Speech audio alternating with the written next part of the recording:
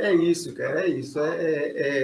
Mas é muito difícil. Você estava falando aí num ponto que a gente passou pelo que passou há tempos atrás, desde que Dilma foi tirada e tal.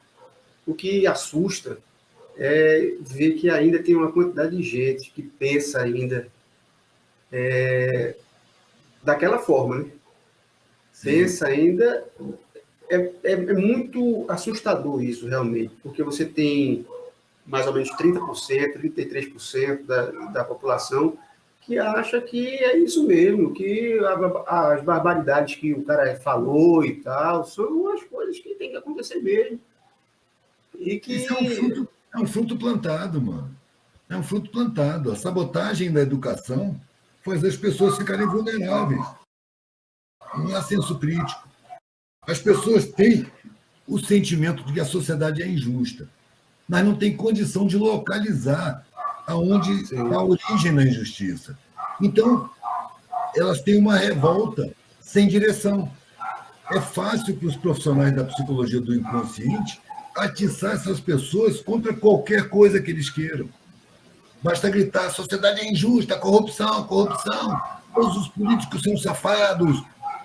Ninguém fala é, do corruptor, fala do corrupto. Acusa a política de ser corrupta, mas não localiza no mercado a fonte dessa corrupção. O mercado é uma fonte de dignidade, de competência.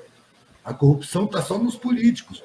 Quem compra os políticos não aparece. Aparecem os vendidos, os políticos que se vendem. E nem aparecem tanto assim. nem aparece. Nem aparece. Velho, eu vou te dizer uma coisa, mano. O processo humano, ele é de longo prazo. O ser humano existe há, sei lá, 2 milhões de anos. As sociedades têm centenas de milhares de anos. E as coisas estão se modificando ao longo do tempo. A coisa já foi muito pior do que é agora. E foi evoluindo. E nós estamos num processo evolutivo. A gente está se aperfeiçoando, a sociedade está se aperfeiçoando. O problema é que as pessoas querem mudanças imediatas. Eu quero ver o mundo justo. Quando eu peguei a estrada, que saí da faculdade, eu saí com a convicção de que ninguém vai mudar o mundo. Não tem condição, não dá tempo. E aí, quando eu percebi que ninguém vai mudar o mundo, eu mudei a minha vida. Mudei completamente. E o mundo mudou para mim. E com o tempo, eu percebi que o mundo muda o tempo todo, sem parar. Nada fica como é. Até os minerais estão em mutação química ao longo dos milênios. Então, existe uma mutação acontecendo e eu estou participando dela. Se eu quiser ver a sociedade justa no meu tempo de vida, eu vou me decepcionar quando eu perceber que isso é impossível e vou concluir idiotamente que isso nunca vai mudar. É como se o espaço da minha vida contivesse a eternidade. Mano, eu estou participando de um processo multimilenar que começou muito antes de eu nascer e depois que eu morrer vai continuar acontecendo. Eu quero participar desse processo de uma forma útil a esse processo. Eu sei que eu não vou ver o mundo justo, mas se eu não viver em busca de um mundo justo, a minha vida não vai ter sentido, porque o sentido que a sociedade me oferece é falso, é juntar patrimônio, é ostentar riqueza. E eu olho para as pessoas que acumulam patrimônio e ostentam riqueza, e Deus me livre de ser como elas. A maneira de ser dessas pessoas, para mim, é repulsiva. Então, existe uma outra motivação para mim nessa vida, é participar do processo de mutação. Eu sei que uma vida é um passo numa caminhada que a gente não sabe onde começou e não sabe onde vai terminar. A minha vida é um passo numa caminhada infinita. O que eu quero? Eu quero dar o meu passo na direção que eu escolher e não na direção que a sociedade me pressionou para dar. Eu quero criar os meus valores. Eu quero criar os meus objetivos de vida e não assimilar os objetivos que a sociedade impõe, porque eles sempre me pareceram pouco. Foi uma coisa que eu falei com meu pai e ele me pediu para ir num psicólogo, depois num psiquiatra, sabe? Eu falei, cara, Ele falou para mim, você não tem ambição na vida. Eu falei, pelo contrário, eu tenho uma ambição que ninguém pode medir. Eu tenho uma ambição imensurável, tão grande, que riqueza, conforto, consideração social, luxo, excesso, para mim é pouco. Eu quero muito mais do que isso. Ele falou, afinal, o que você quer da vida? Eu falei, o que eu puder levar dela. E isso não pode ser concreto. Aí ele pediu para um psicólogo. Falou, você está desequilibrado. E fui no psicólogo. Passei 3 sessões. Expliquei para ele por que eu estava ali. Eu estou aqui, mano, porque eu fiz isso, larguei a faculdade, vou experimentar o que é não ter nada, porque... E expliquei tudo para ele, mano. E ele com o olho arregalado me olhando. E eu perguntei, você acha que eu estou desequilibrado? Eu falei, não, de jeito nenhum. Eu falei, por que você está olhando com esse olho arregalado? Não, porque eu nunca vi alguém tomar uma atitude dessa e ela ser tão coerente. Eu falei, então, mano, sua função é dizer isso para meus pais, porque da minha boca eles não acreditam. Você que é formado, psicólogo, talvez eles acreditem. Ilusão minha, que quando eles foram lá e ele falou que eu não estava desequilibrado, eles voltaram para casa dizendo que o cara era um incompetente, e aí me recomendaram ir num psiquiatra, amigo do meu pai, que foi muito mais rápido. Em 5 minutos ele me dispensou. Ele era diretor do Hospital de São Cristóvão, um hospital psiquiátrico. E ele era amigo do meu pai. E eu cheguei lá, olhei os clientes dele na sala de espera, falei, caraca, meus pais pensam que eu estou ruim mesmo. Tinha até gente com camisa de força, mano. E eu ali no meio. E aí passou a enfermeira, ou sei lá, a secretária dele, olhando para mim estranho, porque realmente ali eu era o estranho. Foi lá dentro, voltou, falou, você que é o filho do Marinho? Falei, sou, entra aqui. Aí entrei, era um psiquiatra de cabeça branca, todo arrepiado assim. Eu gostei da imagem dele, parecia doido. Simpatizei muito. Ele falou, senta aí. Eu sou muito amigo do seu pai, tá? Ele falou que você está com um desequilíbrio. O que está acontecendo? Eu comecei a explicar para ele. Em 5 minutos ele interrompeu. Falou, não, já entendi. Olha, cara, não espere entendimento da sua atitude. Todo mundo vai achar que você está louco. Mas eu estou vendo que você é muito coerente, você não precisa de mim para nada. Você viu a sala de espera aí fora? Eu falei, vi. Pois é, eu tenho muito o que fazer, não tenho tempo para perder com você, não. Pode ir embora. E de noite eu ligo para o seu pai. Aí tá. Fui embora, de noite ele ligou para o meu pai dizendo que eu não estava doido. Aí foi a vez da minha mãe. Um psicólogo não deu jeito, psiquiatra não deu jeito. Meu filho, eu conheço um padre exorcista lá na Penha, que você precisa ir nele. Porque se você não está desequilibrado nem doido, só pode ser o diabo. E eu fui. E o padre me abençoou e falou que eu estava certíssimo em ir para onde eu ia. O cara era uma dessas pessoas videntes, sabe? Ele ficou me olhando, e falou, você tem uma vida difícil pela frente, mas muito bonita e muito útil. Só que ele mandou minha mãe sair, mano. Minha mãe não viu o que ele disse. Quando eu saí dele, da igreja, minha mãe apareceu. O que ele falou? Ele falou que eu estou certo. Eu tenho que fazer isso mesmo. Minha vida vai ser difícil, mas vai ser muito bonita e útil. Ela falou, você é um mentiroso. Está mentindo, não foi nada disso. Eu percebi que não tinha jeito. E aí fui cuidar da minha vida e eles cortaram relações. Aquela frase que eu te falei, você para nós é o frio morto, não nos procure em nenhuma circunstância. Eu disse, mas eu queria mandar carta, queria contactar com a gente não quer saber nada de você. Uma vez você fora dessa porta, você não existe mais para ninguém de nós. O que acontecer com você está por sua conta e não nos procure em nenhuma circunstância. Foi décadas depois, eu percebi que era uma necessidade minha não ter esse contato, porque eu precisava aprender com a vida, na realidade, sem ter um ponto de apoio, sem ter que pedir socorro. Eu estava na situação da massa desvalida, mas com o privilégio de ter estudado em escolas que me instruíram, de ter uma boa autoestima, de não ter sido convencido da minha superioridade social e nem aceitar a inferioridade com que eu passei a ser visto. Eu percebi a inferioridade que me viam. Mas eu não acreditava nela, ela não me incomodava. Eu achava natural as pessoas me olharem com desprezo. E achava melhor do que quando eu estava no meio deles e via que estavam desprezando uma pessoa maltrapilha. Aquilo me incomodava muito. Então, quando eu vi esse mesmo desprezo dirigido a mim, ele não me incomodou. Eu já esperava por ele. Parecia que estava no caminho. E todas as situações que eu passei, todas. Velho, quando a decisão foi confirmada que eu ia mesmo, várias pessoas, entre amigos, primos, tios, falaram comigo: cara, você vai passar fome, você vai viver na miséria, a polícia vai te perseguir, o hospital público vai te tratar mal, você vai ficar ao desabrigo, você vai se arrepender no final. Cara, tudo o que me disseram se confirmou e eu passei, e tudo isso passou. Só o que não aconteceu foi eu me arrepender. Eu nunca me arrependi. Por mais que eu tenha passado dificuldade, por mais que tenha sido sofrido algumas situações, valeu muito mais a pena. Me deu muito mais substância de vida. Me deu muito mais clareza para ver o mundo.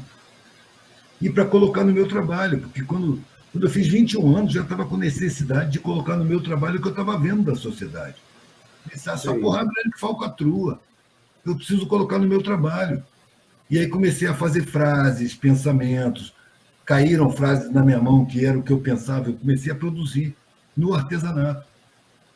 E isso me levou a um público reflexivo, que é diferente quando você vende brinco, pulseira, colar, sapatinho, bolsa, pão integral, e você vender frases, reflexões, pensamentos, questionamentos, propostas, ironias, botar em frases, no metal fazer um broxinho.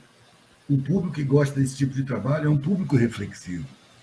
Então, o meu público se tornou muito mais profundo e ali começou a brotar instrutores, professores, pessoas mais velhas do que eu, que até se comoviam de ver aquele cara vendendo artesanato com substância reflexiva. Então, senta aí, menino, toma uma cerveja com a gente. Sabe o que significa esse símbolo aqui? Sabe a origem? Vamos debater esse assunto aqui. Tirava uma frase minha, botava em discussão. Ali eu estava sendo instruído, ali eu estava aprendendo. Eu tive filho em hospital público, foram 3. 2 deles eu tive que dar explicação para a polícia, porque o desrespeito era muito grande e eu tive ações que atropelavam esse desrespeito, porque eu não aceitava, como os meus iguais, aquele distrato. Não que eu me revoltasse, mas eu criava, eu inventava. Eu invadia o hospital de madrugada, porque para indigentes não tem direito a cobertor, foi o que me disseram. Sim. E a criança tinha nascido às 6h40 da tarde, e a mãe passou por mim tremendo, eu falei com um cara que estava empurrando, um preto, pobre, empurrando a maca. Falei, velho, está toda se tremendo aqui, não tenho cobertor para dar. O cara me olhar assim, sem graça. Cara, eles não dão cobertor para indigente. Eu falei, então tá bom. Falei com ela, ó, eu vou em casa e volto. Fui, voltei, eu morava numa periferia muito longe. Quando eu voltei era 11 horas da noite e não podia entrar no hospital. Eu entrei escondido, me invadi o hospital, entreguei tudo lá para ela, aí fui descoberto, aí ia ver a polícia, já me botaram para fora. Quer dizer, eu tinha que violar esse desrespeito, eu tinha que não me conformar. Mas eu não me revoltava. Eu sabia que a sociedade era assim, eu sabia que o trato que me era destinado era assim, e eu dava o meu jeito, mano, para tratar com aquilo. Eu nunca me revoltei. A minha revolta é com a estrutura da sociedade, não com as pessoas que são induzidas pela estrutura da sociedade a me maltratar. Quando a Guarda Municipal vinha, me surpreendia, eu não conseguia fugir, e eles me tomavam meu material de trabalho. Eu não ficava com raiva daquelas pessoas. Eu ficava com raiva do Estado. Aquelas pessoas eram empregados mal pagos para fazer exatamente o que eles estavam fazendo. E como eles tinham na intuição que era injusto o que eles estavam fazendo, eles se revestiam de agressividade para tratar com as reações que provavelmente eles encontrariam. Mas também eram pais de família, também recebiam a mixaria, também viviam com dificuldade. Então eu entendia isso tudo.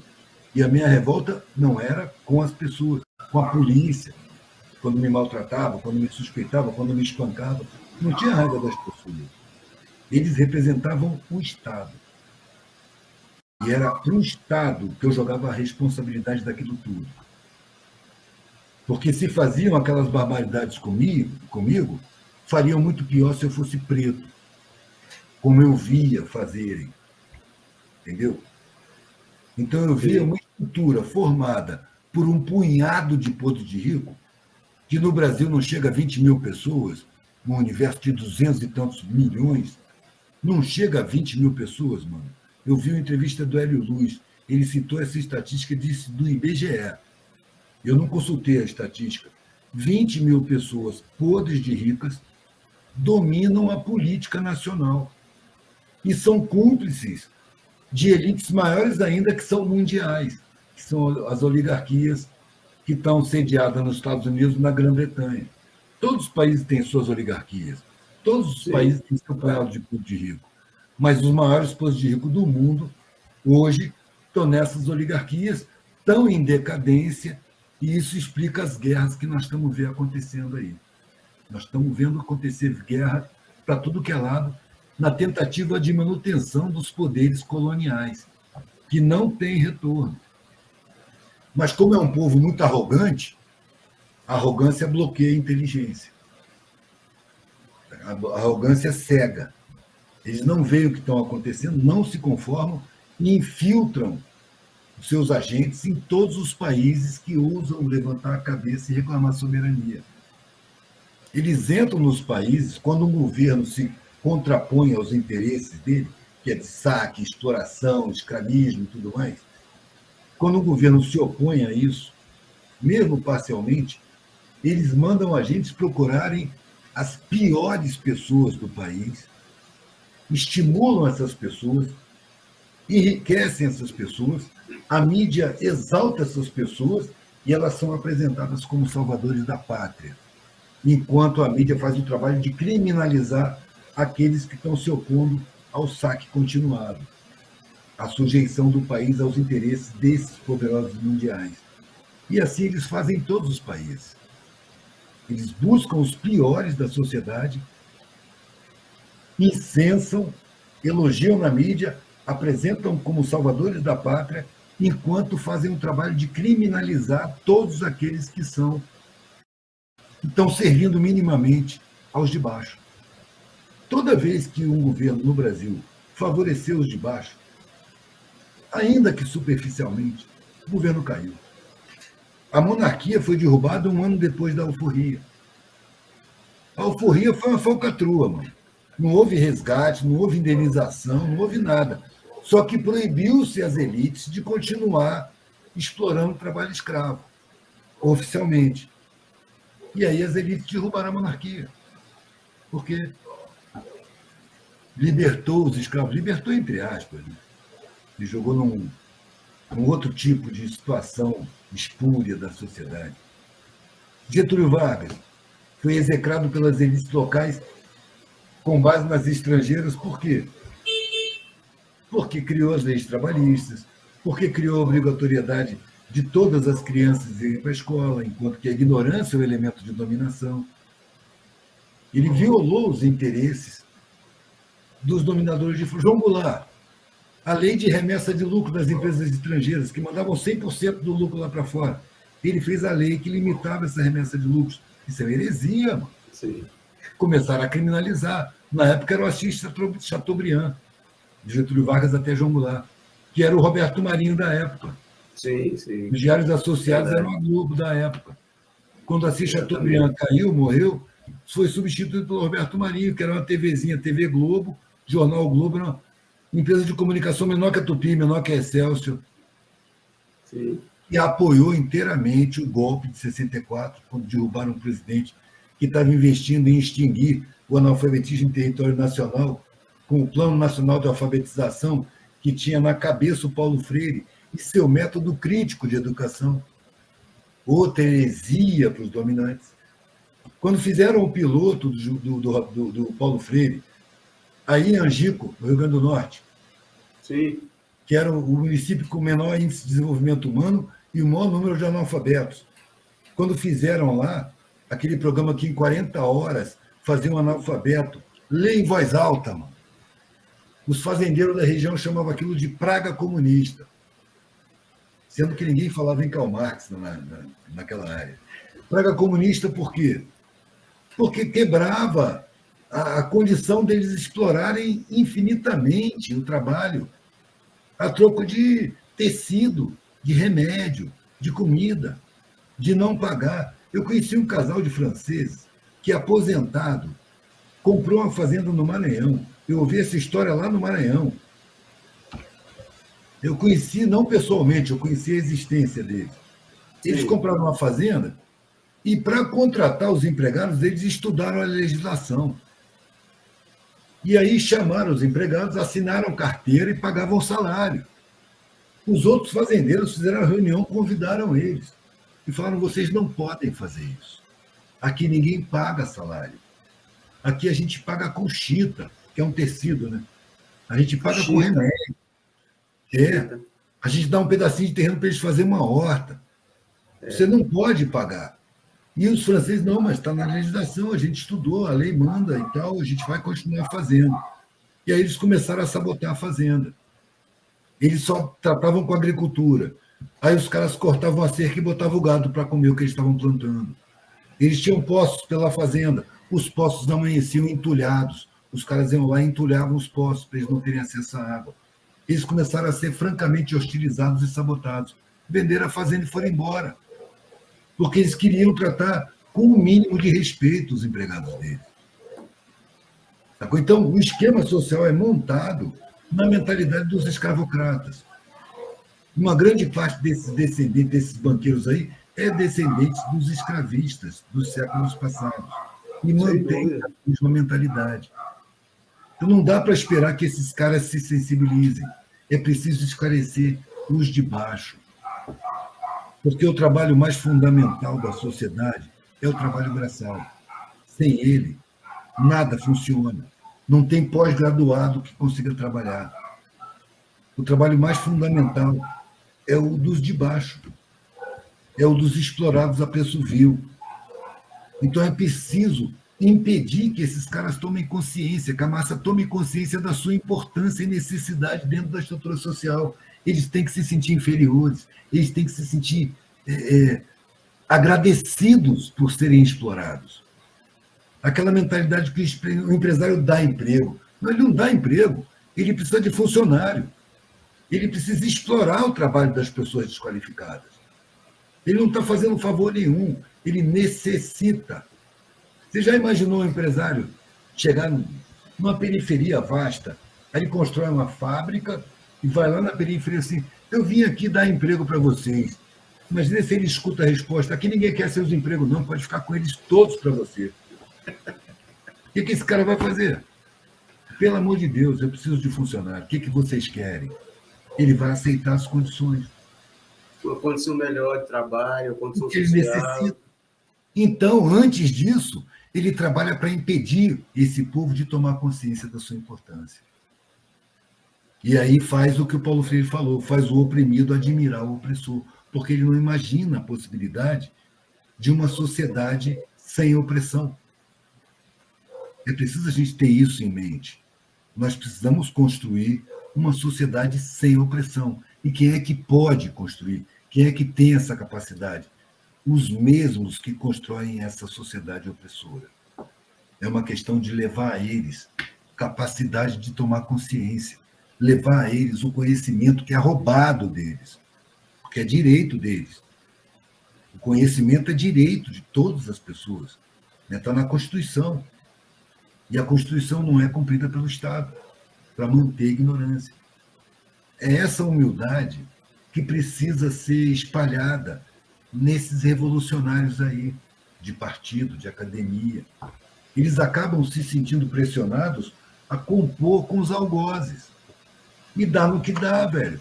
A gente tem um presidente teoricamente simpático às ideias de esquerda que está amarrado com arame farpado para não poder atuar plenamente nesse sentido. Eu estava num boteco lá em Niterói, eu tenho uma casa lá, tomando uma cerveja, aí chegou um casal de pretos, velho. Preto retinto, dessa cor aqui, ó, pareciam africanos. E aí o cara chega para mim, ele e ela. E aí, maluco, você é Bolsonaro ou é Lula? Eu falei, eu sou Eduardo. Mas em quem que você vai votar? Eu vou votar em quem passou fome, quem conhece miséria. É nesse que eu vou votar. Eu acho que precisa de presidente que conhece o que é miséria. Aí ele ficou, não, então você quer dizer que vai votar no Lula? Eu falei, mano, e pelo jeito, mano, me admira você, um preto, votar num branco de olho azul, mano. Você é bem tratado nos bairros dos brancos de olho azul? Velho, o cara recuou, a mulher dele deu uma gargalhada e um tapão nas costas dele. Eu fiquei com a impressão que ela era mais pro lado do Lula. Sim. Não, agora você me Podia ter fudeu. ficado sem essa. Sabe, foi embora. A questão não é brigar, porque essa briga ela é induzida, ela fica na superfície, ela leva para o insulto. Você discutir Concordo plenamente. num modo em que você passa para o insulto, não adianta, velho. Não se planta semente no deserto. Entendeu? Quando a mente é árida, você espera o tempo. Eu prefiro tratar com mentes férteis, que podem entender, a partir da prática, o que está acontecendo. Porque a indução é você ver a política como futebol. Você adere a um time e você não larga dele, mano. Seja o que for que seja denunciado, o que aconteça, você está do lado do seu time. Ele faz gol roubado, você comemora o gol que foi roubado. O negócio é ganhar a qualquer custo. É uma mentalidade estimulada, que é vigente. Mas, ao mesmo tempo, eu vejo que a gente está num tempo de revelação. Esses governos do PT enfiaram, a contragosto das elites, um bocado de periféricos dentro da faculdade. E essas Isso pessoas, é verdade. pelo menos na sua maioria, elas não fazem o que a classe média pensa. O cara sai da favela, tira um diploma, ele vai querer esquecer o passado e entrar na classe média. Não, cara. Quem vive na dificuldade cria uma ligação afetiva que é indestrutível. O cara tira o diploma dele, ele está na faculdade, ele quer levar o conhecimento para a favela dele.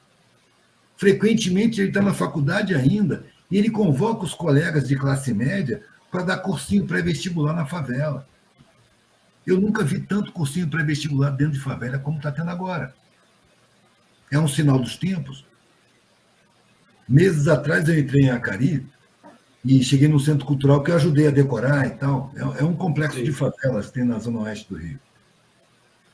E aí eu cheguei lá e estava um dos artistas que estava na cabeça do centro cultural, estava sentado, olhando para a parede, e aquele monte de menino dentro do centro cultural, jogando ping-pong, lendo revista, vendo vídeo. Quando eu entrei, ele falou, porra, Edu, que bom que tu chegou, meu irmão. Você não imagina a ideia que eu fico escutando aqui, mano. A mente do favelado é teleguiada, mano. É muita alienação, velho. Como é que a gente faz para sair dessa? Eu falei, compadre, 10 anos atrás eu entrava num monte de favela e não encontrava ninguém reclamando de alienação. Só o fato de ter gente dentro da favela reclamando de alienação já é um sinal de mudança. Só que essa mudança não é no tempo que a gente exige. No tempo de uma vida, você não vai ver uma mudança substancial. Você não vai ver um mundo justo. Você vai trabalhar na justificação do mundo. A parada é ir esclarecendo essa galera nova a respeito da sociedade. Esse centro cultural aqui foi um DPO, cara. Foi um departamento de polícia operacional dentro da favela. Virou um centro cultural por reivindicação dos moradores. Eram rappers, poetas, músicos, grafiteiros, que reivindicaram organizadamente e conseguiram a casa para fazer um centro cultural. Isso é um passo no processo. A gente não veio aqui para resolver o problema, a gente veio participar dele. O lance é escolher como participar e não participar da forma que você foi induzido. São perguntas que, quando eu falo com o pessoal do ensino médio, eu sou muito chamado para falar com alunos do ensino médio, eu falei, preciso você fazer perguntas para si mesmo. O que eu quero da vida? Fui eu que escolhi querer? Ou que eu fui induzido e pressionado a querer? Eu vejo o mundo com os meus olhos limpos, ou eu vejo através das leis distorcidas que a mídia botou na minha cara? Os meus valores, fui eu que construí? Ou eles foram induzidos em mim por um sistema de ensino cooptado pelo mercado? É preciso fazer as perguntas a si mesmo, para poder você resolver quais são os valores que valem, para você escolher o que você quer realmente da vida, porque o que a sociedade induz você a querer é excesso de riqueza. E pelo que a gente observa no convívio, excesso de riqueza é um inferno, mano. Se você tem excesso, você não pode fazer mais nada além de cuidar da sua riqueza, porque tem sempre gente querendo te roubar. É na fazenda que você tem lá no interior de Mato Grosso, outra fazenda que tem em Pernambuco, outra em Minas Gerais. Você tem que estar de olho e você vai passar pela vida. Deixa de viver. Vai passar pela vida sem viver. Uma coisa que eu vi muito nos velhinhos. Eu não te falei que o mangueiro é vender artesanato de mesa em mesa, de bar em bar. Para mim, favoreceu fazer muitas pesquisas. E uma delas foi quando eu via um velhinho da alta velhice. A alta velhice é aquela cabeça totalmente branca, o cara está de 80 anos para cima. Eu ia vendendo e indo na direção dele, mostrando para as pessoas. Quando eu chegava nele, ele mostrava. Quer dar uma olhadinha? Eu sabia que ele não queria. Sabia que ele não ia querer nada. Uma pessoa na cidade não compra artesanato. Mas eu queria um pretexto para abordar o cara. E quando ele dizia, não, eu não compro nada não, eu posso fazer uma pergunta? Você acha que a vida vale a pena? A sua vida valeu a pena? Você gosta da vida que você viveu? E ficava ouvindo. Esses caras não têm oportunidade de falar. Ninguém quer saber o que ele acha da vida. Ele não é nem levado a sério, porque é muito idoso. Então, para um cara que quer ouvir, ele fala. E o que eu ouvia? E a vida passou que eu nem vi. Ih, meu filho, eu passei a vida inteira pagando carnê, nem percebi que eu estava ficando velho, fui ficando doente e a vida acabou. Ou mais triste ainda, cara, a vida não vale nada. Me enganaram. Tudo que eu quis da vida hoje, para mim, não vale nada. A sensação de ter tido uma vida sem sentido, para mim, parece uma das piores sensações para ter na velhice. E isso me apavorou lá nos 19 anos. Eu não quero chegar na velhice com vergonha da minha vida ou com a sensação de ter vivido em vão, vivido à toa. Um empresário, naquele encontro que já está falado em vários lugares, ele falou uma frase que eu nunca mais esqueci. A sensação que eu tenho é que mentiram para mim lá no começo da minha vida. E eu passei a vida inteira correndo atrás de mentira e só agora eu tomei consciência de que eu estou velho e vou morrer, que o médico me proibiu de trabalhar. Eu tomei consciência que a morte está na minha frente. Só agora eu percebi que era tudo mentira. Tudo que eu queria da minha vida hoje era afeto. E eu sempre desconfiei do afeto. Eu desconfiei dos interesseiros. Eu não me permiti criar afeto com ninguém. Não tenho contato nem com meus netos. Vejo uma vez por ano, tenho que me entender com eles em inglês. Meus filhos moram fora do Brasil. Velho, quando eu levantei de perto desse cara, eu falei, isso não vai acontecer comigo, cara. Eu vou morrer antes, mas não vai acontecer isso comigo. E abri mão de todas as regalias de classe que eu tinha.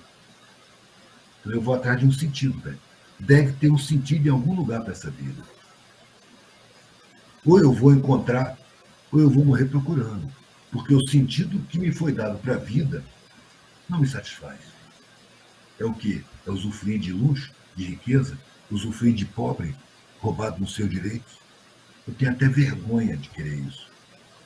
Eu não sei o que eu quero da vida, mas eu sei muito bem o que eu não quero. E eu não vou por aí. Não sei para onde é que eu vou, não sei o que vai acontecer, mas isso que está programado de acontecer na minha vida não vai acontecer. E não aconteceu. E o preço foi perder a relação total com as pessoas da minha origem. Aí eu digo, tem a família consanguínea e tem a família de sintonia. Família de sintonia eu encontrei em todos os lugares que eu fui. Irmão de alma. A vibração parecida, valores parecidos, solidariedade, sentimentos parecidos, intenções na vida parecidos, maneira de se dar a mão, sabe? De não querer mais do que é preciso. Isso traz paz, mano. Traz paz, mas é subversivo na sociedade do consumo. Muito. Pois é, aí o nego te desqualifica, te ataca, te criminaliza. É natural que seja assim. Natural, porque a natureza social é perversa, é superficializante, é indiferente à miséria, ao sofrimento.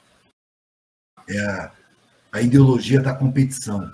Todo mundo é seu inimigo. Velho, nós já passamos dessa fase. Isso era a época da caça, a época da Idade da Pedra. A publicidade usa esses instintos ancestrais muito bem. O ser humano era coletor. Então, quando tinha aquela árvore com frutos, que tinha poucos frutos, você corria para colher. O que a publicidade faz? Apresenta o produto e fala, últimas unidades. Ela está incidindo nesse instinto. Última unidade, então tem que correr para pegar. Com o estoque cheio, né? É, exato. O estoque está cheio, cara, últimas unidades. É isso, mano.